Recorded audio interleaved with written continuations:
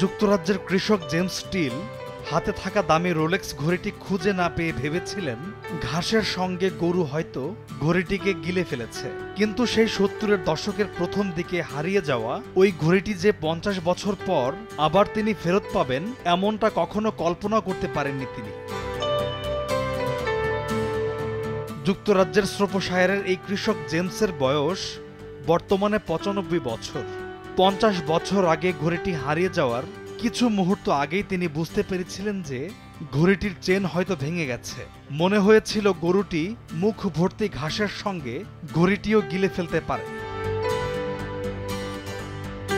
শ্রোফশায়ারের ওয়েস্ট্রির মরোডা গ্রামের ওই কৃষক ভেবেছিলেন তিনি আর কোনোদিন হয়তো ঘড়িটি খুঁজে পাবেন না, আর তিনি সেই বাস্তবতা মেনেও নিয়েছিলেন।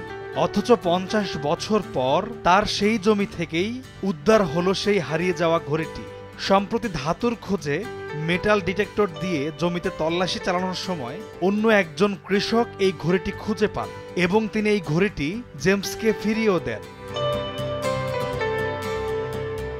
ঘড়িটি খুঁজে পাওয়ার এই ঘটনাকে সৌভাগ্য বলে বর্ণনা করেছেন জেমস।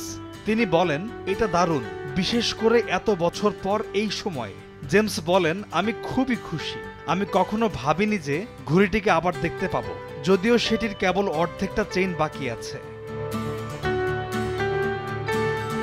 অবশ্য ঘড়িটি খুঁজে পেলেও সেটি এখন আর সচল নয়। সেটির রঙও কিছুটা সবুজাভ হয়ে গেছে, কিন্তু সেটিতে মরিচা ধরেনি বলে নিশ্চিত করেছেন ওই কৃষক। তিনি বলেন, যেই কৃষক ঘড়িটি খুঁজে পেয়ে জেমসকে ফেরত দিয়েছেন তার প্রশংসা করে জেমস বলেন, ওই কৃষক চাইলে খুব সহজেই মিথ্যা বলে ঘড়িটি ফেরত নাও দিতে পারতেন, কিন্তু তিনি ফেরত দিয়েছেন। জমিতে আরো মূল্যবান জিনিস পাওয়া যেতে পারে, তাই জেমস ওই ব্যক্তিকে তার জমিতে ধাতুর খোঁজ চালিয়ে যেতে বলেছেন।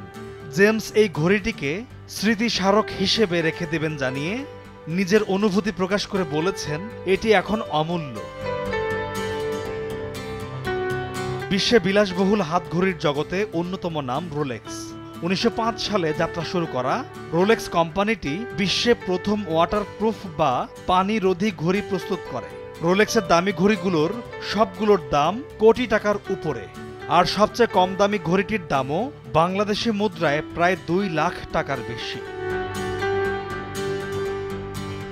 পলাশ খান, নিউজ ডেস্ক, ভোরের কাগজ।